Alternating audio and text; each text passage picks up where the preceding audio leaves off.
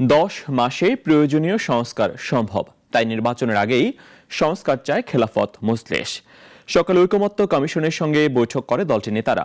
অল্প সময়ে জাতীয় ঐকমত্য তৈরি করা সম্ভব আশা প্রকাশ করেছেন কমিশনের সহসভাপতি অধ্যাপক আলী রিয়াজ। বিকেলে লেবার পার্টির সঙ্গেও বৈঠক করে কমিশন। রাজনৈতিক দলগুলোর সঙ্গে ধারাবাহিক সংলাপ করছে জাতীয় ঐকমত্য কমিশন। এরই অংশ হিসেবে সকালে জাতীয় সংসদের এলডি হলে কমিশন বৈঠকে বসে খেলাফত মজলিস ও লেবার পার্টির সঙ্গে।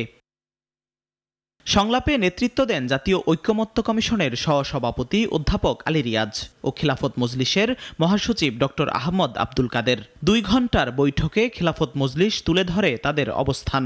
কমিশনের 140টি সুপারিশে একমত তারা, দ্বিমত 10টিতে, আর 15টি সুপারিশে আংশিক সম্মতি রয়েছে তাদের। যে সমস্ত পয়েন্টে আমাদের দ্বিমত বা আংশিক ঐকমত্য আছে, এগুলো আলোচনা করে আমরা একটা জায়গায় পৌঁছতে পারবো এবং দেশের জন্য, জাতির জন্য আগামীতে এইগুলো একটা মাইল ফলক হিসেবে কাজ করবে।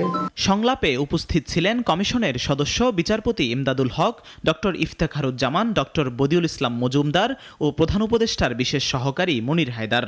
সব রাজনৈতিক দলের মতামত নিয়ে শিগগিরই একটি জাতীয় ঐকমত্যে পৌঁছানো সম্ভব হবে মনে করছেন কমিশনের সহসভাপতি অধ্যাপক আলী রিয়াজ।